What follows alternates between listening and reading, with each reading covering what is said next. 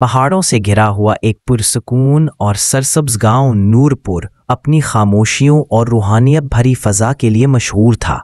यहाँ के मकीन सादा जिंदगी गुजारते, खेतों में मेहनत करते, जानवर पालते और शाम ढलते ही मस्जिदों और खानकाहों से अजानों, दुरूदो सलाम और जाकिरीन की आवाज़ें गूंजने लगतीं। इन्हीं मकीनों में एक नौजवान चरवाहा जाहिद भी रहता था। जाहिद गांव का दूसरों से मुख्तलिफ था। वो बचपन से ही बहुत कम बोलता, मगर उसकी आंखों में एक ऐसी चमक थी जो किसी आम इंसान में नहीं थी।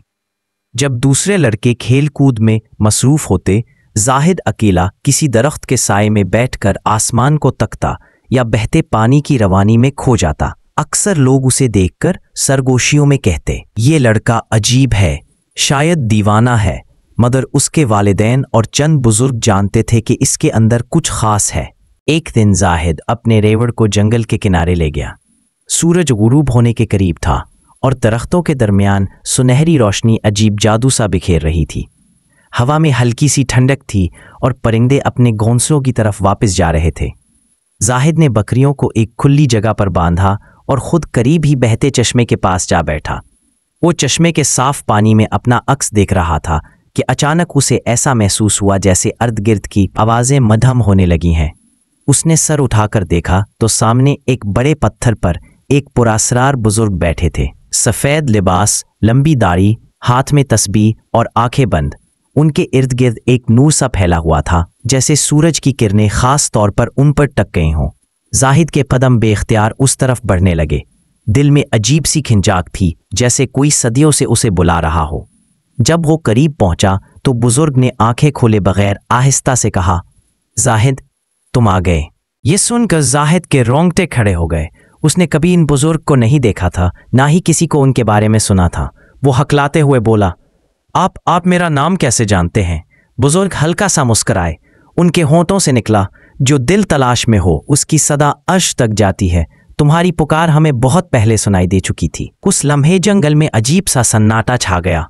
परिंदों की आवाज़ें बंद, हवा रुक गई, जैसे वक्त थम गया हो।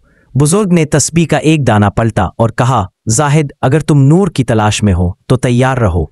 तुम्हारा सफ़र आसान नहीं होगा। तुम्हें अपने मैं को ख़त्म करना होगा, ख्वाहिशात को कुर्बान करना होगा और अंदर के अंधेरों से गुजरना होगा।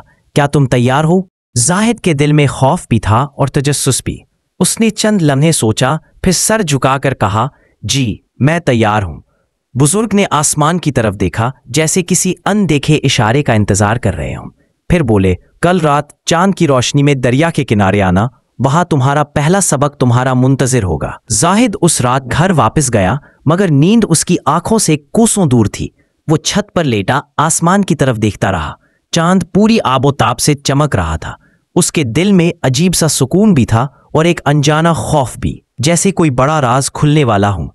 आखिरकार जब रात बीतने लगी, उसने वुजू किया, 2 रकात नफल अदा किए और रब से हिदायत मांगी।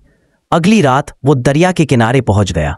आसमान पर चांद अपनी पूरी रोशनी बिखेर रहा था। पानी में उसका अक्स लरज रहा था। अचानक दरिया के पार से एक ऐसा नगमा बुलंद हुआ जो इंसानी न था, जैसे फितरत खुद कुछ पढ़ रही हो। कोई सूफियाना गीत, कोई जिक्र जो हुआ, दरख्त और पानी मिलकर गुनगुना रहे हों। जाहिद इस आवाज़ में खो गया। उसके कदम बेइख्तियार दरिया में उतरने लगे। पानी उसके तखनों को छूता, जैसे कोई राज सुना रहा हो। जब वो बीच दरिया पहुंचा तो उसने देखा कि उसके इर्द गिर्द रोशनी घूमने लगी है, नरम, चमकती हुई, जैसे आसमान से उतर रही हो।